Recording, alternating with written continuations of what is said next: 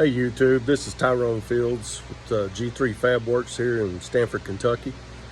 Just wanted to share a little experience I just had with you guys, just to let you know to be careful and that age has nothing to do with safety. I've been doing this stuff for 20-30 years now, and I was drilling a piece of plate and the drill literally caught my glove. I got too close to it and this was the result.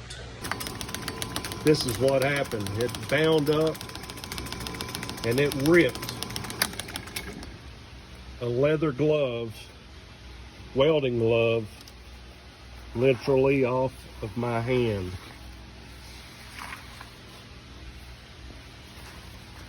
It tried to pull me around it,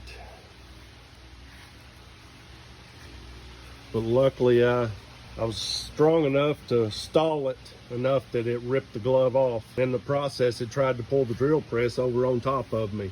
So really guys, be careful, wear your gloves, wear your glasses, be safe out there.